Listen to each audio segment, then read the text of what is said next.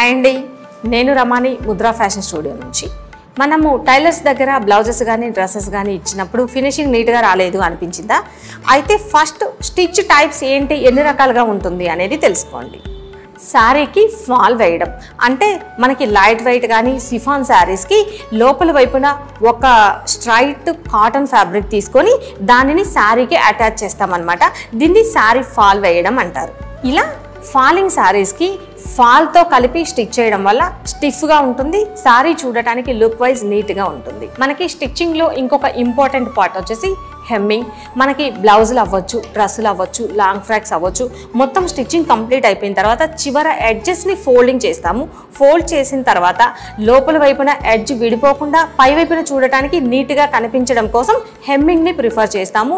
ఇది హ్యాండ్తో చేయొచ్చు, అలానే మిషన్ మీద కూడా చేయొచ్చు.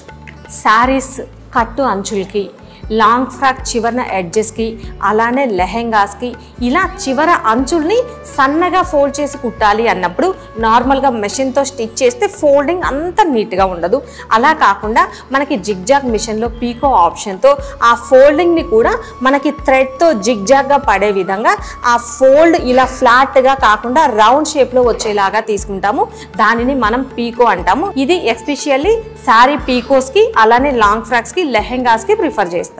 Blouses, dresses, long frocks, nighties, pants ఇలా మనం ఏ మోడల్ డ్రెస్సుల్ని కట్ చేసి స్టిచ్చింగ్ చేయాలి అన్నా సరే, అంటే ఏ షేప్స్ తీసుకున్నా సరే, మనం కట్ చేసిన తర్వాత రెండు పీసుల్ని కలిపి జాయింట్ చేయడానికి స్ట్రైట్ స్టిచ్ని వాడతాం అన్నమాట.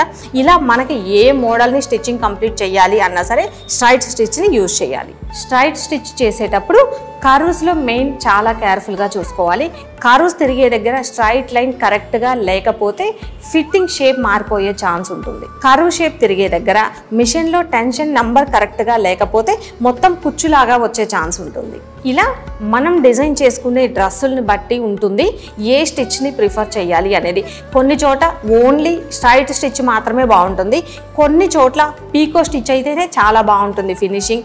అలానే కొన్ని చోట్ల కంపల్సరీ లోపల ఫాల్ లాగా లైనింగ్ యాడ్ చేయాలి. ఇలాగా మనం ఏ మోడల్కి ఎలా స్టిచ్ వాడతాము అనే దాన్ని బట్టి ఫినిషింగ్ లుక్ అనేది మారిపోతుంది. చిన్న స్టిచ్ ఆప్షనే కానీ దాన్ని మార్చడం వల్ల లుక్ వైజ్ చాలా బాగుంటుంది. ఇలా మనకి ఫినిషింగ్ బాగా రావాలి అంటే మీరు కూడా ఈ టిప్స్ని ఫాలో అవ్వండి.